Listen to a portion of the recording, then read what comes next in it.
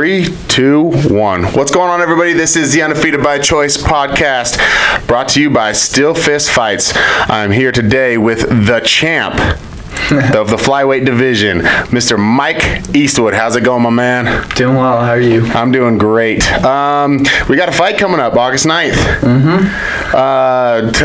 Let's get into it. First of all, first thing we always do, first and foremost, get into the nickname. You're one of the few, along with your opponent, who actually has your nickname listed on the Tapology website. There you go. Mick Vicious. Where'd it come from? Who gave it to you? Give us the origin story. That is a nickname coined by my father. I'm not much of a Sex Pistol fan, but it's from the lead, I believe, guitarist, Sid Vicious. Okay. And it was just kind of a little nickname that my dad gave me to get me fired up for my wrestling matches. I always had trouble with pulling the trigger on wrestling. I still had the skills. I just didn't have the fire in me, and that was his little get you going kind of name. More or less annoyed me when he called me that, which I guess in the end worked. Yeah. You're doing it. Stop it, Dad. Anyways, so Mick Vicious. You're being vicious despite your father. Yeah, exactly. Yeah. Well, you know, as parents, we know how to get it out of our kids. I can tell you, I know when I need to get it out of when I need to get the anger out of my daughter. I know exactly what to do. So, good on you, Dad. Way to give him the good nickname. So I want to get into this. I brought this up briefly when we were talking, but I didn't tell you the story yet because I wanted to set the stage for this story about you winning the belt. Okay? So I was at that fight, and I was upstairs getting a drink, and by the time and you walked out and everything came out and I was in line, I was like, I gotta get back down there because I sit cage side. I sit right where you were, and I'm ordering my drink and you're walking out, and by the time I ordered my drink to the time my drink was in my hand, your fight was over. You were already talking on the mic. It was like a 30-second fight. Yeah. Walk us through it. Tell us how it happened. Tell me what I missed. I actually didn't miss it, but there were people standing up cheering in front of me, and it wasn't the cage side experience I've had with everybody else. So walk us through this title fight that you won against Jordan Marshall. Okay, so I guess going into the fight, I knew he was a tough opponent. I'd already fought his twin brother, and that was a real tough match. I had to, go all 3 rounds. Came down to split decision. Really could have gone either way. So I knew that it was going to be a tough one. So I had to focus on, striking and stuff more, because I'm not most comfortable striking. That's not my native ground. So traditionally I'm a wrestler, so I like to keep it on the ground, but I'd been working a lot of striking, so just followed my coach's instructions, staying calm, collected, and not getting caught up in a crazy brawl.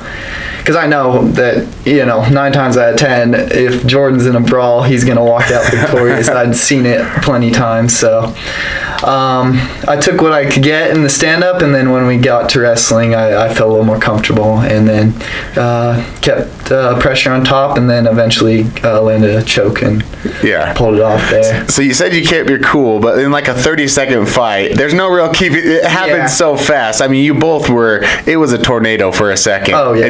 And then you go to the ground, and next thing I know, his head's underneath your armpit. Yeah. Is that choke? I noticed you've finished 2 of your fights pretty quickly, or for both first round, with guillotine. Is that something you land a lot in practice? Actually, rear naked choke. Oh, sorry, rear naked choke.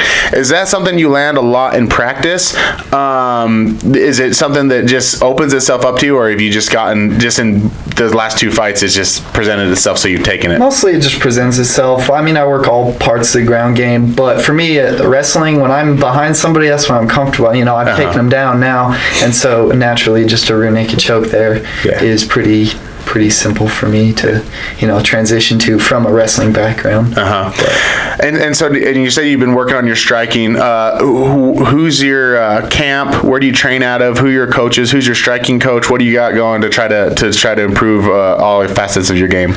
Okay, so my head coach is Mark Balser. I train alongside Carson Gregory too. So our gym is called Excite MMA in Lehigh.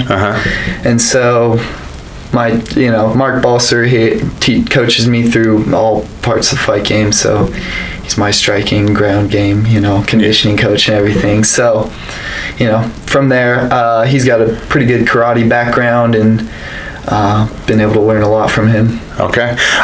So yeah, that Carson camp, he was talking to me about that last time he was here before his last fight against Brian Thomas. And he was talking, you guys have just a pretty small camp. You don't have a ton of people out there. Do you find that as a benefit, or do you wish you had more heads in there to be knocking around a little bit? I've always had a pretty big gym with wrestling, but I tend to like the smaller interactions, being able to focus one-on-one with each other.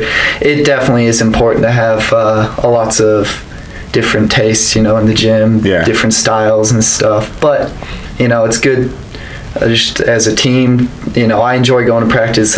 The guys I train with are my best friends, so, I can't complain about that, So this is, are you the only one from your camp on this card? So is everyone, you're the focus right now. Everyone's getting you ready for this fight. You say he's got a big karate background. So are you getting real comfortable with kicks, or are you? Because you notice. I notice. The only reason I bring this up is because I have a karate background. So when I'm in there training, I utilize a lot of kicks. Yeah. And my boxing definitely is not where it needs to be, but my legs are basically my other hands, you know. And so, are you? Is this something that's are you working a lot with that, or is it? What am I trying to say with this? I guess this is what the question is. Are you utilizing a lot of kicks? Because it's not something in MMA that I think even gets utilized enough. Yeah, for sure. No, we work all parts. Stand up, hands and feet. Knees as well. There's a lot of things. Me as an amateur, I can't use elbows, but it's, it will be there eventually. Yeah. So, we work all parts. Whatever comes up in a fight, though. I don't really know what I'm gonna drop back onto. You're wrestling. In my mind, it's gonna be wrestling. It's probably just gonna me taking a double leg takedown, hoping for the best. But stand up can go anywhere for me. Yeah. Do you feel, as being a wrestler and not being able to use your elbows, do you feel like when you do go to that pro, it's actually going to open up your game and how you fight a lot more, because now you can utilize those a lot better? Yeah, definitely. I still train practicing elbows just for future use, and even just my own personal self-defense. That's how I kind of got into it. Is I just liked the idea of MMA, training it, and then I decided to take fights. So, but I definitely think elbows would be a huge part of my game. Yeah. Well, you brought up the double leg. Is that your favorite? Because I'm a single leg guy. Yeah, well, in wrestling, traditionally, I was hitting single legs all day. I never went for a double leg because I just never had that quick explosion in. But I could always catch somebody's leg quickly and then just snake my way up. So. Yeah. But in MMA, I feel a little bit exposed when I go for a single leg, and I got my head off to the side. So I'm like, I don't know if I like that so much, but I don't know. Oh, that's interesting to me, because I had no wrestling background coming into MMA, and my team was like, "No, you're a wrestler," and I was like, "No, I'm not." They're like, "Look at your body, you're a wrestler." You gotta build so I was like, "All right." So I had to learn it, and I can't tell you the last time I shot a double leg. It's always single leg for me. So I always ask the wrestlers, is it double leg or single leg? And 90% of the time it's double leg. And for me, it's just not there. It's never been there. But I'm not a wrestler, so I guess it's not something I drilled. Drilled to come up. So where did you wrestle? I wrestled in North Carolina, so I'm actually here going to school at BYU. So you're not a Utah native. Well, welcome. Well, actually, I was born in American Fork, but then you moved my time to North Carolina. North Carolina. Okay, and then came back here. That's where I did all my wrestling. And is there a big wrestling community out there? Was it because you hear the big Ohios, and you hear the big schools, but North Carolina's a big wrestling area. NC State, I'm not sure. They placed at least top 8 in the NCAAs last year, and they got a few champions in recent years. Biggest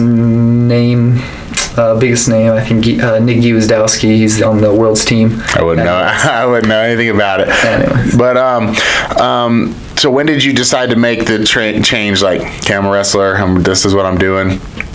Was MMA always in the back of your mind, or when did you say, I'm going to try to get in a fist fight too? It was really just when I moved out to Utah. So I had gone to BYU, Idaho for a year. I tried out for their intramural wrestling team, done pretty well there. And when I transferred here, I was like, missing that little edge, and wanted to get back into something. I wanted wrestling, but BYU they had a team, as a club team, but then that got canceled. And my cousin had been training at this MMA gym, so I was living with him at the time, and he just introduced me to it, and he stopped going, I kept going, and just a few months later I decided to take a fight. So yeah, I'm sure it was not that hard for you to stick with it, knowing the grind that wrestling is. What has more of the grind? That's always like the question. MMA, is it more of a grind, or is wrestling more of a grind? It depends. If you're pushing yourself in either one, it's different for MMA. I think it's easier to continually do wrestling because you're not taking as much damage necessarily. Competition is a big thing in wrestling, but you can't be taking a fight every single weekend. Yeah. So it's a whole different aspect, and the training regimen for me has just been completely different from wrestling, and I had to focus on balancing that with school and work and stuff. So it's been very different, but it's still been a pretty heavy grind. So yeah, I've enjoyed it. That's good. I when you're saying that you're going out to BYU, I've been trying to sell people on this for a long time, that Utah is absolutely a fight state. And then you said you didn't start training MMA till you came out to BYU. Yeah. This little side note, BYU actually had a fight club in like 2001. And I've always tried to tell people, because I'm always like, why isn't MMA bigger in Utah? Why don't we have more fighters here? Why aren't more fighters making it to the UFC? What's the turning point? And people are like, well, I think it's the culture out here. It's not really. And I said, no, Utah has always been a fight culture. Yeah. And I was like, BYU, one of the two biggest colleges in the state, had a fight club where people were going into their dorm rooms with boxing gloves and beating the crap out of each other. That's awesome. And I've always been saying this, so I think this is proof you weren't a fighter until you came to Utah, and then you became a fighter. So get on the map, Utah. So I just always, whenever someone brings up BYU and fighting, that automatically I get that one thing in my head where I'm like, it's a fight state. People need to be fighting out here. So yeah. Your weight cut, how's that coming along? Pretty good. I mean, not too much recently. I've been trying to keep my weight low, mainly because I'm I'm making my own meals, so it's hard for me to even gain weight just because I'm working. You're eating ramen noodles. Exactly. It's hard to get fat off ramen noodles. My first two fights, though, I cut a heavy amount, like 20 pounds. Oh wow! Or the couple days before it, and this time around about 10 pounds. So that's not bad at all. That's not bad at all. So and I mean, weight cuts is something that was new, that's nothing new to you. Yeah. Was that, were you wrestling at more of a natural weight, or were you cutting a lot for wrestling? Well, my natural weight, like freshman year of high school, was 84 pounds, but the lowest weight class was 106. So I haven't seen 84 pounds since I was like 6 years old. Yeah, exactly. So I really didn't even start officially cutting weight until my senior year. My junior year, I had to maybe drop like 2 pounds. I was like 108, floating down to 106 or whatever. But yeah, senior year is when I really started cutting weight, and I noticed a significant size difference when I started cutting weight, and that, it's been just part of wrestling, so not a pleasant part of wrestling. Definitely don't like it, but it's something I do. So. Yeah, it's what you do. It's part of the game, and I think we're getting better at it. I mean, are you a fan of fighting more close to your weight? I mean, there's some fighters that I haven't had a few in here. I haven't had many in here that have really been like, hey, I think there's an advantage to cutting. I think most people are under the impression that fighting closer to your weight is the way to go. You feel better, you're better hydrated, you're thinking better, you're thinking more clearly, and your body just reacts a lot better when you're closer to your weight. So when you're telling me, you're 10 pounds away right now, that's good. I mean, a 10-pound weight cut is, it's not as bad as people think it is. Yeah. It's still taxing, but it's not as bad as people think it is, and that is more close to your natural weight. So I'm glad to hear that that's how you're approaching it this time around, because the big cuts, they're just your body can only take so much, and it's only got so many miles on it, and you're young. There's no reason to do a lot of damage to your body that way. So I'm glad to hear you're being smarter about your cut with the whole thing. So you're 3-0. You're the champ for Still Fist. That's right. And have you had all your fights with Still Fist? Yes. Yeah. Okay. We'll get into that about how you like fighting for Still Fist, and you don't know any other place, so that's good. But well, you've had 2 of them ended in the first round, and 1 went the distance. So I'm guessing the one that went the distance is probably the fight you've learned the most about yourself in, or was there another one? Yeah, I learn every time. My second fight, I was just crazy with trying to kick him, and then I got bopped in the face and dropped. All of a sudden, I'm like, all right, back to wrestling. And, third fight, probably. Learn a little bit about aggression and stuff, and capitalizing on what I do well. Yeah, because if I would have just known you off that last fight, I would have been like, Michael just comes out hard, he just comes fast, and he finishes quick. I wouldn't have thought anything else, because you seemed so comfortable in just going out and attacking. Yeah. And it was that something like you're like, oh, maybe I should do that more often. It's like a Happy Gilmore moment, like when he hits the hole in one, and he's like, oh, maybe I should just do that.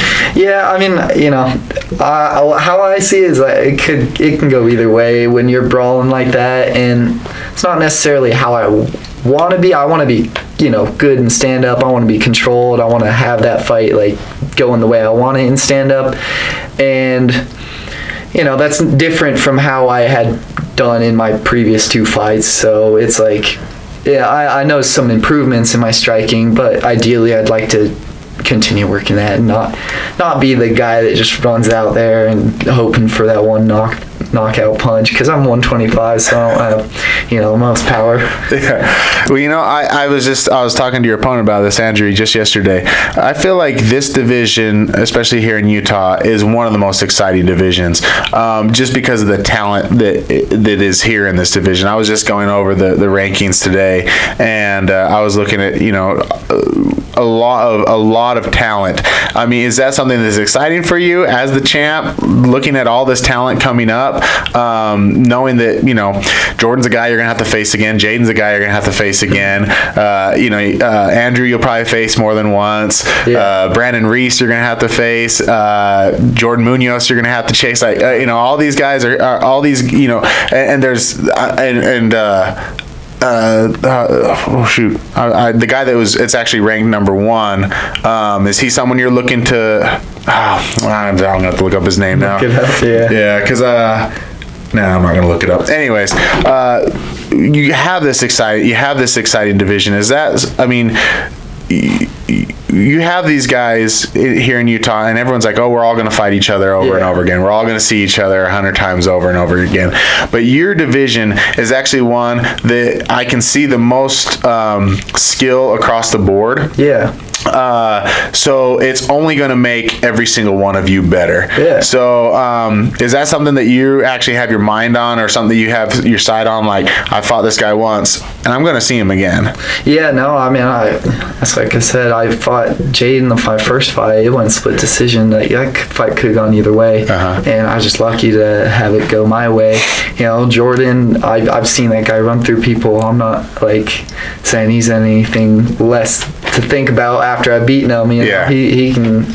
He'll fight back. He's coming fighting next on my card too. He's fighting Jackson, who also you fought. Yeah. Exactly. Yeah. So all these guys, they're tough. They're constantly training. I can tell they all have pretty tough workout ethics and stuff. And excited for the future of the division. And it's fun to see them all fight each other too. Yeah. It's like some of the fights I'm most excited about are the 125-pound fights. The guy that I see all the time. So. Yeah, people, like you said, I'm only 125. I don't have the power, but I'm telling you, it's for a fan, your division is one of the most exciting one of the most exciting divisions to watch. Yeah. And like I said, even though all of you guys that I just named are all amateurs, you're all fighting at a very high level. It only being 3 fights in. Yeah. For most of you are all 3 fights in, 2 fights in, 1 fight in, and I've seen something from all of you, but everybody that I just named, I'm like, oh, these guys are exciting. This is exciting. So as a fan, especially here in Utah, especially as a Still Fist fan, your division and you guys are I get a big smile on my face when I'm starting to get ready for one of your fights. And I think people need to definitely pay more attention and get their head out of, there's not as many knockouts, because there will be if you connect. If a toddler connects with another toddler, he can put him out. So it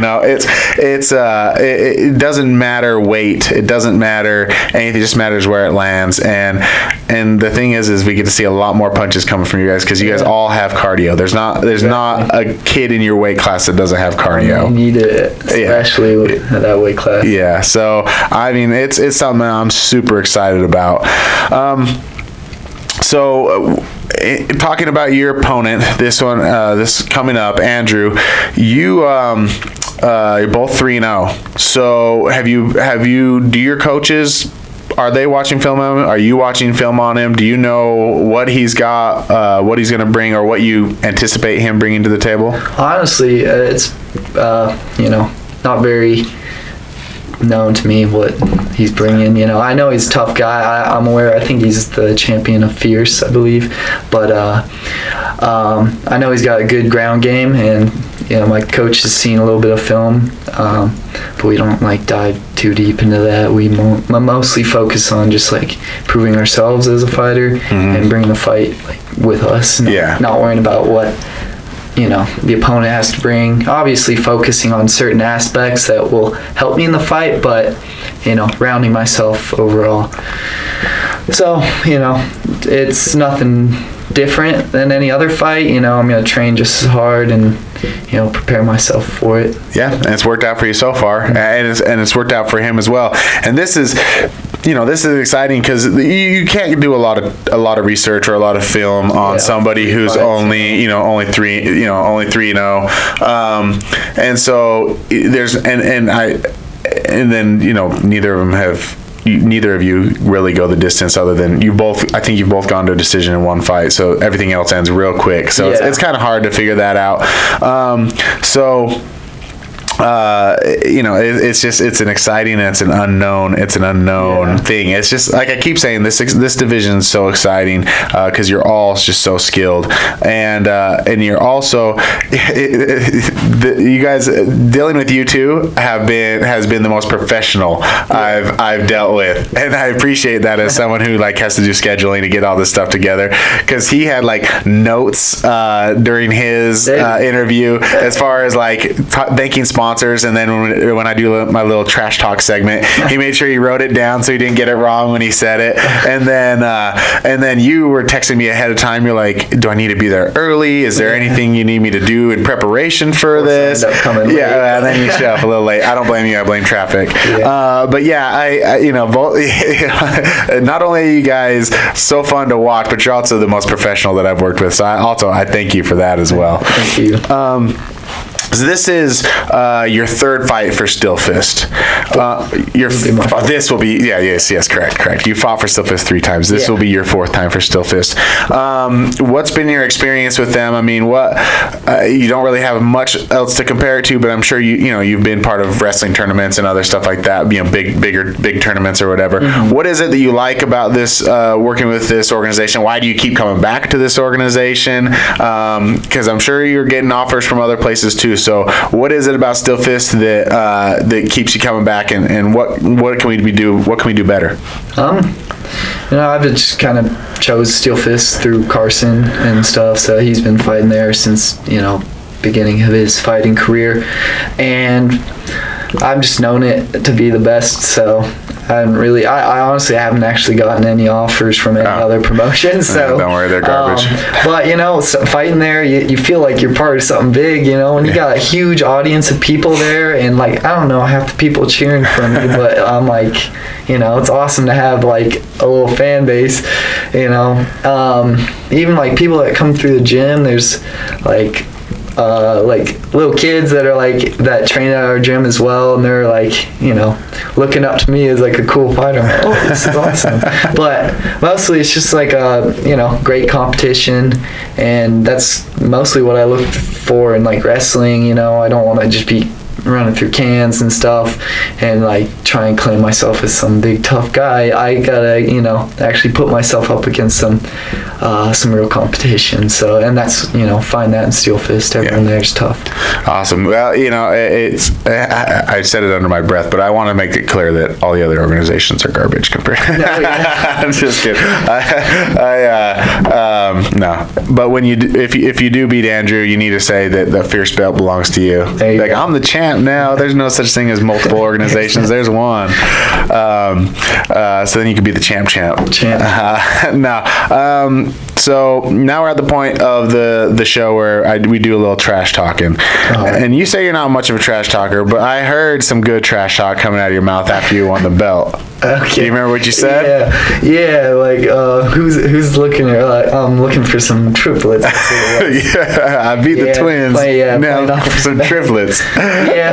That was a famous line. That made it. I was hearing about that with people who didn't know I was involved with Steel Fist at that point. They were talking, this kid was up there. He's like, I beat twins, now I want triplets. So you've got some clout behind your trash talking. But no, in this on this show we do a segment called I don't have a name for it. We just do a little trash talking. But so generally I think trash talk is pretty lame, and people can't come up with something as clever as bring me the triplets. and so what I do is there's a website I go to that generates trash talk for you. Yeah. Okay. So have you seen this part of it? Yeah, I've seen your show a few times, so. Okay, so we're gonna do the trash talking segment. And so I got to be super careful with this because this is nothing that I have here is high tech. Okay. Or really, gotta be careful. Is really nice, and so if this thing comes unplugged, then we lose it altogether. So what I need you to do is just press that red button. Don't pull it because it'll come unplugged. So it'll generate the 4 words, and you can just say it in order. So the 4 words are gonna be right here. Okay.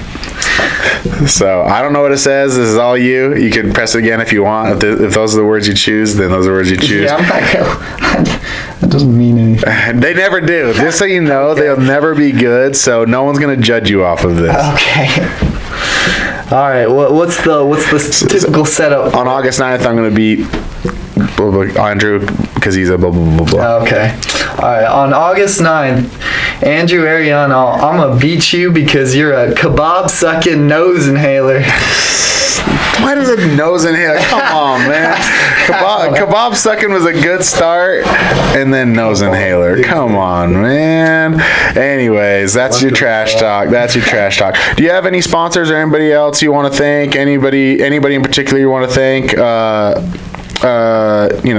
For helping you out with this fight? I'd like to thank my team, Excite MMA, the best team in Utah, actually. That's a fact. And my parents, of course, and everyone's supporting me through fighting. I actually don't have any sponsors. So. Okay, well, let's get them some sponsors. You throw this out on your YouTube or on your Facebook. And get some sponsors out here. There you go. That's what this is about. That's why I do this. Is I'm trying to get all of you noticed, trying to get all of you money. Because honestly, I really feel that one of the things that's going to put Utah on the map is fighters being able to be full-time fighters. Yeah. Fighters being able to support themselves through fighting and then fully dedicate their time to fighting. I mean. I'm sure you're training every single day, but I'm sure you're not putting in the time that you wish you could be putting in to be a full-time fighter. And, you know, I recently had the opportunity to go out and train with a bunch of full-time fighters. And the level that it was a completely different, that everything was different. And I really feel like being able to get you guys the spotlight on you guys and get you guys to become full-time fighters is what is going to put Utah on the map. So that's why we do this. That's why I want, you know, to help you guys out as much as possible. So if you're watching this and you have any type of business, or you have any type of anything, and you want to be a part of helping Utah get on the map and helping these fighters get better, reach out to fighters like Michael, get him a sponsorship, get him some money, get him paid. I mean, he's eating top ramen. He's eating ramen noodle. He's fighting at 125 because he can't afford to fight at a heavier weight. No, man, I'm playing with you. But honestly, I would like to see these fighters get full-time, be full-time fighters, and it's going to come through sponsorship. So that's my little plea to the world. If you are a fan of Michael, get a hold of him and get your tickets from him. It does help out the fighters if you buy your tickets from them. So buy tickets from him. If you can't get a hold of him, go to stillfistfight.com and get your tickets for the August 9th card. He's in the co-main event, fighting for his flyweight belt, defending his belt. You can find us on Facebook at Still Fist Fight Night. You can find us on Instagram at Still Fist Fight. And you can find us on YouTube at Undefeated by Choice, also iTunes and iHeartRadio. Undefeated by Choice. Michael, you got anything to say before we go? Thank you so much for this, inviting me on. Yep, no problem, brother. Thanks for coming out. Everybody, be good to yourself. Be good to each other. I love you.